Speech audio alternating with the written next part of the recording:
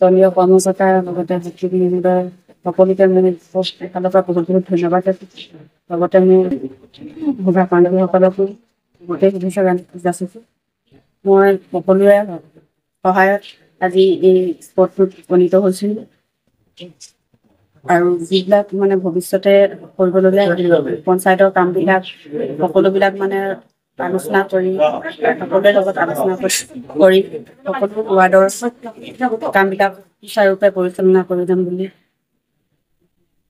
ক'লোঁ।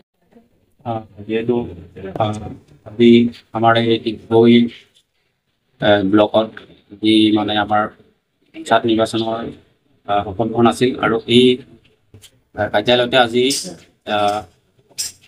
প্ৰেচিডেণ্ট আৰু vice president যিহেতু চিলেকশ্যন হৈছে, মই যিহেতু ভাইচ প্ৰেচিডেণ্ট হিচাপে নিৰ্বাচিত হৈছোঁ আৰু ৰুমি বাইদেৱে প্ৰেচিডেণ্ট হিচাপে নিৰ্বাচিত হৈছে। অনাগত দিনত আমি সকলোৱে মানে 10গৰাকী ৱাৰ্ড সদস্য যদি আমাৰ পঞ্চায়তটো যেনেদৰে উন্নতি কৰিব পাৰোঁ সেইটোৱে আৰু আমি সকলোৱে মানে আমাৰ পঞ্চায়তটো আগবঢ়াই নিব লাগিব, উন্নতি কৰিব লাগিব, যাতে প্ৰতিটো ৱাৰ্ড মানে সমানকৈ আমি যাতে বিতৰণ কৰিব পাৰোঁ, সকলোৱে যাতে পায়, যিবিলাকে মানে পাবলগীয়া সেইবিলাকে যাতে সকলোৱে পায়।